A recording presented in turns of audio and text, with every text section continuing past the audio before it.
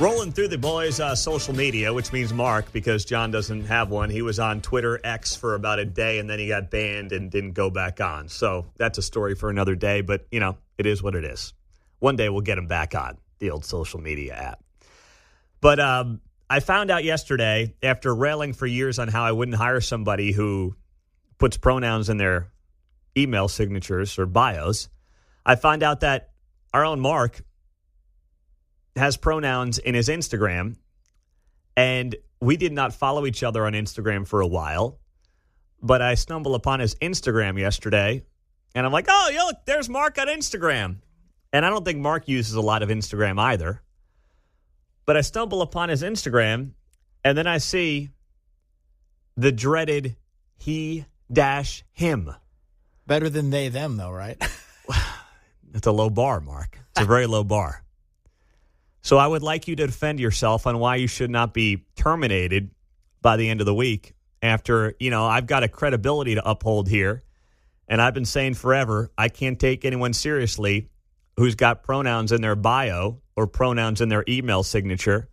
And now I find out that, well, you've done that on your own Instagram page. So please, this is your moment to defend yourself and protect your own employment. Yes, there was an update a little over a year ago, I believe, where I just signed into Instagram like I normally would, and it said options of pronouns. And so I was like, oh, yeah. I click on it. He, him, obviously. I'm not going to do anything else. And I just clicked on it. I didn't think anything of it. And then I didn't even realize it was sitting there on my bio. I just thought that I clicked on it when they did the update. I didn't even know I did it, honestly. So that's my excuse. I don't know if it's a good one, but it's true. What do you think, John? Does that pass the smell test for you? Well, I would say in this day and age, it's likely that box appeared.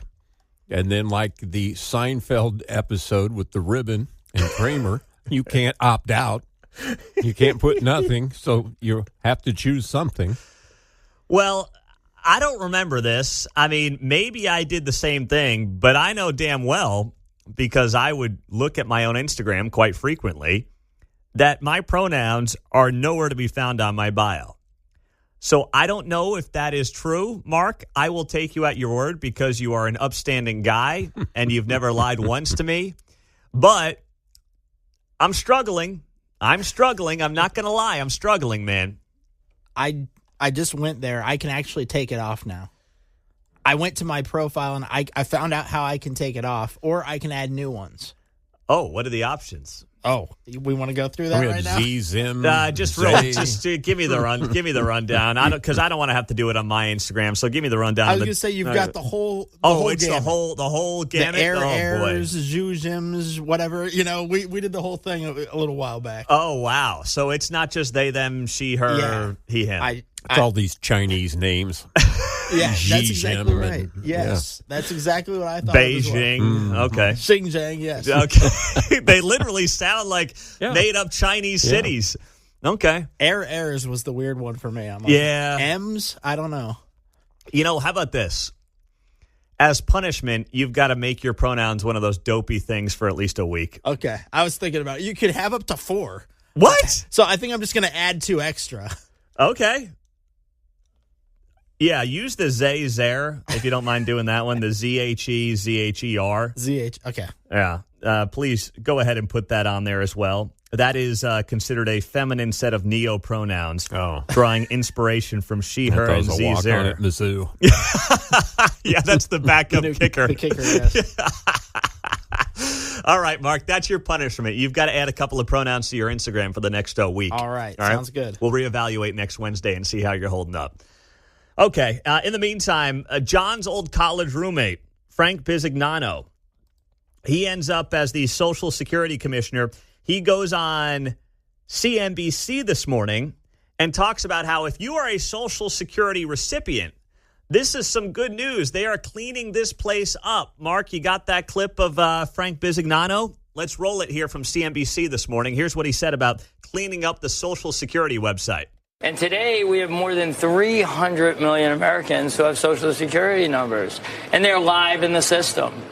People like to talk about the 70 million plus beneficiaries, and we do make those payments every month. But I think that's one piece of the equation. And we're running a digital business now. We have more transactions online than anywhere else. And the bold goal here is 200 million digital users by the end of next year. That's 200 million. Today we have 75 million. We've grown that a bunch in the past 5 months. We've taken the website, which used to be down for service hours 29 hours a week, and now it's up 100% of the time. We're in a digital transformation for Social Security. That is overall a small thing when you talk about what the government does on a day-to-day basis. But this is the kind of stuff that, even if you didn't vote for the people in charge, this is the kind of stuff that is so common sense. The more we get technology, AI, people who have private sector experience involved in government, the more efficient it's going to be. And Frank Bisignano, outside of his claim to fame of being John Anthony's roommate at Baker going back 40 years, he was the Fiserv CEO from 2020 to 2025. Prior to that, he was the COO of JP Morgan Chase. I mean, this guy has made a tremendous amount of money with some of the largest financial institutions in this country. And now he's the Social Security Commissioner. These are people that actually do things and have had great success in the real world. They're not lifelong bureaucrats.